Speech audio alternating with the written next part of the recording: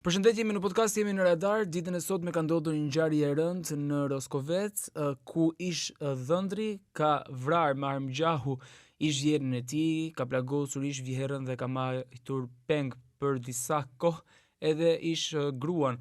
Për këtë ngjarje do të flasim me gazetarin Laureta Roshi. Faleminderit shumë kolege që jemi me ne. Faleminderit koleg, është një ngjarje shumë e rëndë dhe është më tepër për të zbutur disi dhimbje në kësaj familjes Plaka në vidisht të Roskovecit, ku ngjarja është tej e rëndë. Është një krim që ka lënë të vdekur babain e vajzës që kishte fiksimin e tij apo dashurinë e jetës së tij ky njeri. Krejt në mënyrë kriminale ka marrë jetën e babait vajzës dhe të nënës së saj, e cila gjendet në gjendje të vështirë pas operacionit nga plagët që i ka marrë, sepse autori i krimit ka tentuar t'i ekzekutojë ata në banesë dhe ka rrëmbyer vajzën, të cilën disa orë më pas e ka liruar nga presioni, sepse mbritja e forcave RNA dhe lokalizimi që ai gjendej në zonën e shkurët midis Kurjanit dhe Mbërshit bëri që forcat RNA ta lokalizojnë atë dhe në këto kushte ai ka dorëzuar vajzën që kishte marrë me vete peng, 25 vjeçaren Plaka dhe Rosalina Plaka, dhe ka vijuar më tej të fshihet në përshkure dhe në pyje, edhe pse territori është rrethuar nga forcat RNA tashmë, është bërë një përpjekje shumë e madhe nga gjithë policia që të ketë një mundësi negocimi që ai të dorëzohet. Madje edhe prindërit e tij të moshuar që nuk kanë ditur asgjë se çfarë po ndodhte, kanë kërkuar që ai të dorëzohet ose të mbytet, tha Jati, nuk kishte dy prindër të moshuar. Është fëmia në një familje me 10 fëmijë, 6 prej të cilave motra, sipas elementeve më të parë që unë mora në intervistë me zonjën Beruze dhe Ismail Buzi, prindrit e autorit të krimit. Çfarë ndodhi? Sot në orën 5:20 të mëngjesit, në orën 6 thot policia, po në 5:20 tonë të afërmit rreth shtëpisë, në lagjen e pllakallarëve në Vidisht janë dëgjuar krisma dhe këto krisma kanë sjellë tronditje nga të afërmit, të cilët kanë kërkuar menjëherë, kanë telefonuar policinë, numrin 129. Është dashur disi kohë për të zbardhur ajo që kishte ndodhur. Fatmirësisht gjithë zona është me shtëpi me fëmijë në emigracion, të cilët kanë vendosur kamera në shtëpitë e tyre. Në njërin nga kamerat pas shtëpisë ku ka ndodhur krimi, është fiksuar autori me kapele dhe makinën e tij që ka pritur në orët e para të mëngjesit përpara se ta kryente këtë krim. Ai ka hyrë në oborin e shtëpive të 4 vëllezërve, 3 tani dhe i ndjeri Kosta. Ka hyrë, ka thyrë xhamin e derës, ka futur dorën, ka hapur derën, ka hyrë brenda dhe ka vrarë babain e vajzës, Kosta Plakën, dhe ka goditur edhe për vdekje me një shotgun edhe ish vjerën e tij, duke sjellë një plagosje shumë e rëndë dhe duke rrëmbyer vajzën Rinalda. Në autori 35 vjeçare, vajza 25 vjeçare, ka mbaruar studimet për infermieri. Djali i familjes jetonte në Tiranë. Fëmijët të viktimave janë vëllezërit e viktimës Kosta Plaka, duke sjellë menjëherë thirrjen në ambulancë, thirrjen e policisë për të ndihmën gruas që ishte me puls kur e mori ambulanca. Ai është nënshtruar për disa orë një operacioni shumë të rëndë në spitalin e Fierit. Për të thënë më pas se çfarë po ndodhte në vendin e njohur si Kurjan Mbërsh, aty ku forcat RNA rrethuan autorin. Ndërsa trupi i të ndjerit shkoi në morgun e spitalit të Fierit për të vijuar më tej procedurat e ekzaminimit, forcat RNA rrethuan autorin bashkë me pengun vajzën e shtëpisë që kishte marrë me vete, 20 vjeçare Rosalina Plaku, e cila u lirua nga autori, por autori ndërkohë u shtuk.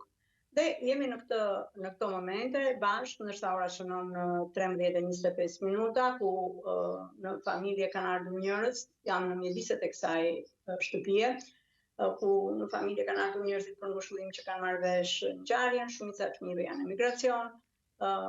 Në shtëpinë e autorit të krimit ku unë isha, është shumë tronditse fakti që prindrit e kishin marrë vesh krimin e të birit nga mbritja e policisë në shtëpinë e tyre në orën 7 të mëngjesit, ndërkohë që në informacionin zyrtar Nertil apo Refik Buzi, siç njihej zyrtarisht emri, ishte me precedent të mëparshëm, pasi vajza kishte marrë një urdhër mbrojtjeje prej tij dhe nga arresti me burg ai kaloi në arrest shtëpie. Në kushtet e arrestit shtëpisë duket që ka thyer disa herë arrestin përderisa ka marrë vesh që vajza dje ka qenë në shtëpinë e prindërve pra. Dhe kjo ka bërë që të vijoj më tej konfliktin që e kishte mbajtur gjallë përmes telefonatave dhe pas urdhrit të mbrojtjes natyrisht që situata nuk është se kishte qenë e qetë. Hera e fundit që Rosalinda Plaku ka qenë në shtëpinë e bashkëtuesit apo të fejuarit saj të dikushëm, le ta quajmë, ka qenë data 8 shkurt, kur ka patur ditëlindjen babai i autorit. Në bisedë me prindërit e autorit, ata janë akoma të mpirë, ata nuk dinë se si të kërkojnë falje në një situatë ku kanë dëgjuar për darka të tëra konflikte mes të birit dhe prindërve të vajzës. Midis konflikteve ata përmendin një shumë të madhe parash, ndërsa nga komentet e bashkëtarëve ai njihej si një person jo punëtor, autori i krimit, njihej si një person jo punëtor që merrte borxhe apo që ishte përdorur si lëndë narkotike. Të gjitha këto janë opinione të para apo ato që ne i quajmë legjenda urbane, Mario. Ajo që është zyrtare është që kishte një urdhër mbrojtjeje ndaj vajzës 25 vjeçare dhe kishte edhe një arrest shtëpie që duhet ta zbatonte autori i krimit tashmë në Arrati. Duket që bashkëpunimi me policinë do të jetë shumë i madh edhe i personave që kanë njohje me të apo të afërm me të largët që ndoshta do të kërkojë një kontakt, pasi thirrja që ka drejtuar drejtori i policisë ka qenë më njëhershme edhe duke kujtuar edhe një që është një person me rrezikshmëri të lartë shoqërore, jo vetëm se është i armatosur, por është me një sjellje kriminale të përsëritur. Duke ardhur në këto momente që flasim bashkë, të gjithë familjarët janë të pikëlluar, natyrisht për humbjen e jetës së kryefamiljarit Kosta Plaka, 58 vjeç që vdiq i vrarë nga shotgani në mënyrë kriminale në orët e para të mëngjesit, ndërsa duart e tij kanë akoma dheun e tokës me të cilën ai punonte, sepse ishte një njeri shumë punëtor. Kanë mbritur të afërm në këto shtëpit janë hapur për mortin. Meraku i tyre tashmë është bashortja e të ndjerit Kosta Plaka, e cila është në spitalin Arnaldo Fierit, por në gjendje të rënduar me parametra optimal të jetës, por nuk kanë shpresë për të dalë nga ajo gjendje e komës dhe nga ajo situatë e ndërlikuar mbas 3 orë operacion në salën kirurgjikale. Pra ky ishte raportimi më i fundit, Mario, nëse ti do të diskutojmë ndoshta në një moment tjetër për sjelljen kriminale apo për elementet që quan deri në këtë pikë këtë fiksim raport të konflikt midis të rinjve dhe familjeve të tyre, sepse herë paraqitet që ishin prindrit që nuk e donin këtë djalë, po ishte një dashuri që fëmijë mes tyre, ishte një djalë që nuk po punonte, por në rrjetet sociale ka dalë dhe i është rikthyer një histori të vjetër ku ai kur ka qenë në Angli është marrë peng nga bandat kriminale të shtëpive të barit, do të thënë ka patur disa histori të tjera.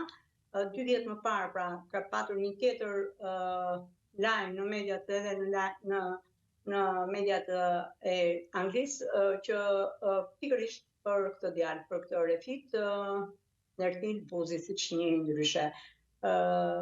Duket që informacionet e tjera do t'i kem natyrisht të shtuara lidhur me elemente të sjelljes kriminale apo me motivim. Është më duket se e fiksova mirë që në intervistë babai i tij Ismail Buzi, Malu Buzi, një person me shkallë të ulët dëgjueshmërie, me probleme të zemrës, pacient kardiologjie, ai nuk e priste kurrë të sjellje nga i biri dhe tha që më mirë të mbytet ose le të dorëzohet në polici, kaq. Vetëm një pyetje të fundit, nëse mundem Lauret. Pikërisht lidhur me këtë ngjarje ju e thatë, drejtori i policisë së Fierit reagoi pak më herët ku tha që autori vetëm qan dhe përmend një shumë të madhe parash. Kush e tha këtë? Drejtori i policisë Fierit? Tha këtë gjë, që në gjatë që vetëm qan gjatë gjithë kohës.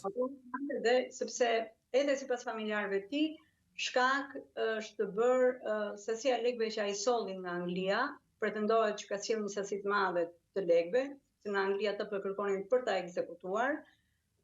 Duket që është një fije jo e pastër e shtëpive të barit, në Angli e këtyre punëtorëve sezonal në rrugë Zeza. Nuk mund të flas pa qenë në elementet e besueshmërisë, sapo ka marrë urdhrin e mbrojtjes të vajzës apo atë që quhet arrestin në shtëpi të autorit të krimit, dhe shpresoj që duke lexuar atë të kemë dhëna zyrtare me element besueshëm. Shumë faleminderit Laureta për këtë raportim, punë të marrë në vi. Faleminderit. Shtetja në X1, Philip Lane Residence dhe 1001 Solutions.